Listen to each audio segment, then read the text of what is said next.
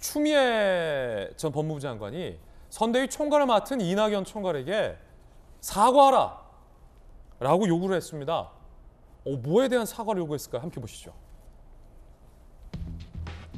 결국 삭제를 했습니다. 추미애 전 장관, 이재명을 대장동 비리 범인으로 몰았던 것이 잘못된 판단이었다는 것을 시인하고 사과하라. 경선 과정에서 이낙연 당시 후보가 이재명 현 후보에게 대장동의 주체가 아니냐라고 재차 따져 물었었죠, 강하게. 그거 사과하라는 겁니다. 이낙연의 근거 없는 네거티브로 이재명인 것처럼 만들어가게 빌미를 줬다. 이 글을 올렸다가 삭제했어요. 당 관계자. 선대위 차원에서 일종의 경고 메시지 보낸 것으로 안다. 이재명 선대위에서 후보 선대위에서 추미애 장관에게 경고를 보냈다라는 해석으로 풀이됩니다. 박지원 시장님 어떻게 보십니까? 추미애 전 장관의 글. 그러니까 사실은 뭐 원팀이라고 얘기는 하고는 있습니다만 그 안에서 겉으로 드러나지 않고 속으로 뭔가 쫙 갈라져 있고 잘 아물지 않은 것들이 다 저렇게 나오고 있는 것 아닌가 싶은 생각이 들어요. 그러니까 이낙연 총괄선대위원장 어제 위촉이 됐습니다만 사실상 원팀 한다고 하면서 이미 상임고문으로 일을 하고 계셨었잖아요. 그래서 일부 현장에도 가치가 유세하고 그랬는데 또다시 뭐 때문에 저렇게 모셔왔는지 뭐 급한 상황이니까 그럴 수 있다고 쳐요. 그랬더니 이게 이상하게 또 다른 방향으로 저렇게 튀는 거예요. 정작 지금 지지율 정체의 문제는 후보 본인한테 문제가 있는 거라고 저는 보고 있는데 후보로부터 찾지 않고 다른 무언가의 장치를 하면은 친문 세력들이 그다음에 다른 친노 세력들이 뭐 전통적인 민주당 세력들이 후보를 지지하고 원팀으로 결집이 될 거다? 저는 글쎄요. 이재명 후보가 작년 가을부터 계속 제가 말씀드렸던 것처럼 진짜 넘어야 가야 될 파고, 진짜 해결해야 될 당내적 갈등은 여전히 민주당 내 수면 아래 있으면서 생각하면 생각할수록 또다시 대장동 생각하고 생각하면 생각할수록 또다시 이낙연이 생각나는 그런 거울 효과를 계속 만들어내고 있는 거다라고 저는 해석을 합니다. 추미애 전 장관의 글이 약간 작책성, 실책성 성격이 있으니까 본인도 이제 글을 내렸을 거라는 해석도 조간신문에 나오고 있는데 저희가 정선 때 이낙연 당시 후보가 이재명 후보에게 어떻게 몰아세웠는지 발언을 굳이 다시 틀지는 않겠습니다. 그런데 추 전 장관이 저런 글을 올리면 그런 생각을 들게 하잖아요. 그리고 이재명 후보와 이낙연 후보가 지금 분위기 되게 좋은데 추미애 전 장관이 저렇게 사과를 촉구하는 게 도움이 될까요? 그렇습니다. 이제는 저런 토론이 관용됐던 시점을 좀 지나가고 있다고 봅니다. 그러니까 한 달 안으로 선거가 와 있는데 뭐 이렇게 그런 누가 잘못을 했고 뭐 그런 빌미를 줬고 뭐 그런 얘기를 할 때가 아니고 이제는 그야말로 과거를 다 뛰어넘어서 원팀이 되는, 그러니까 방금 뭐 박정아 실장 얘기한 것처럼 과거를 회상하게 되고 오히려 더 이렇게 하나처럼 뭉쳐지는데 또 옛날 생각을 하게 되는. 왜냐면 지금 으쌰으쌰 분위기 좋은데 근데 너 그때 왜 그랬어? 이거잖아요. 그런 부분들은 또 어쨌든 뭐 친노 친문 진영의 고민들을 또 일깨우게 하는 그런 것을 통해서 자기가 지금 반사 이득을 받을 때인가 추 전 장관이 그런 면에서는 적절하지 않았고 아마 많은 당내의 그 고문들이 그런 부분에 대해서 상당히 그 지적을 했을 가능성이 저는 크다고 봅니다. 그렇군요. 김영주 의원님의 발언 들어봤습니다. 단일화 여부가 될 건가 안 될 건가도 이번 선거에서의 관심사항입니다. 여론조사 몇 장, 최신 여론조사 준비했습니다.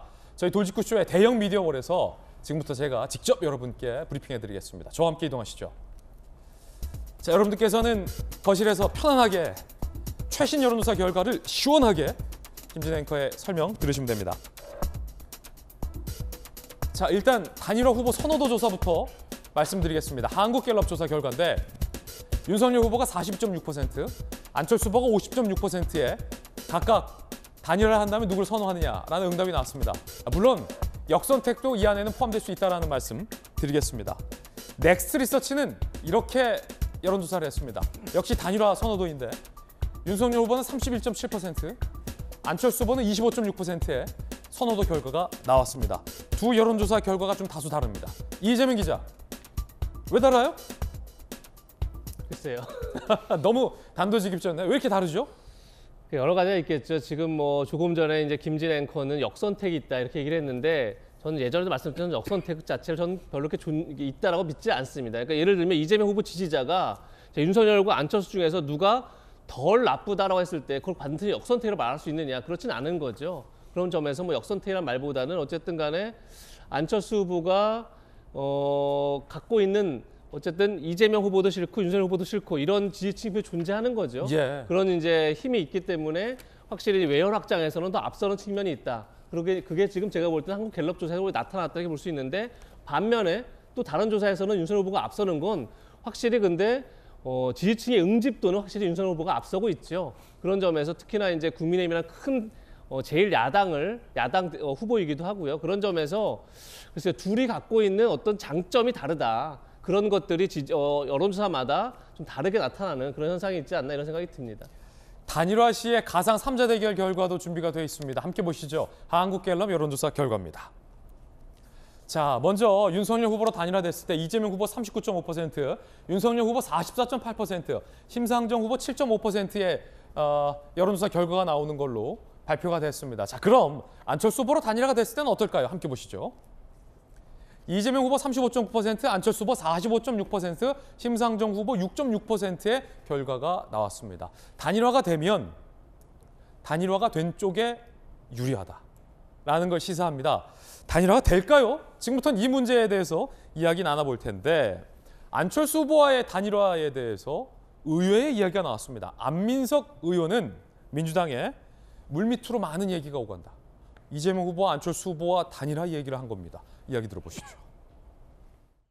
단일화 관련돼 가지고 이 자리에서 밝힐 수 없는 많은 이야기들이 오고 가고 지난 한 달 동안 일들이 진행돼 왔다는 사실 말씀드리고요. 네, 안철수 후보가 추구하는 정치적 노선과 또 가치, 또 공약들, 또 정치개혁에 대한 의지, 오히려 좀 민주당 이재명 후보와 또 가깝지 않나라고 개인적으로 생각을 좀 해봅니다. 네.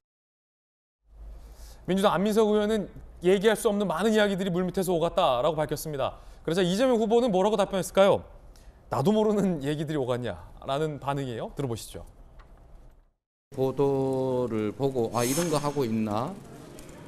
나도 모르게 그런 거 하나? 이런 생각이 들었습니다. 고민이 없으신 건가요? 고민이야 왜 없겠습니까만 그 보도 내용은 제가 아는 바로는 사실이 아닙니다. 자, 그런가 하면 안철수 후보, 윤석열 후보 사이의 단일화 이슈에서 이준석 대표가 안철수 후보와 단일화에 대해서 굉장히 부정적입니다. 이야기 들어보시죠. 지금은 이제 모든 게 사비에서 나와야 되는 상황 아니겠습니까? 예. 국민의당이란 당이 뭐 과거에 비해서 당원 수가 있는 것도 아니고 당비 수입도 없는 걸로 알고 있는데 거의 예. 그러면 결국 사비로 다 내야 되는데 지금 선거를 완주할 상황은 아닌 걸로 보입니다. 자, 과연 단일화는 될까요? 지켜봐야 될 것 같습니다.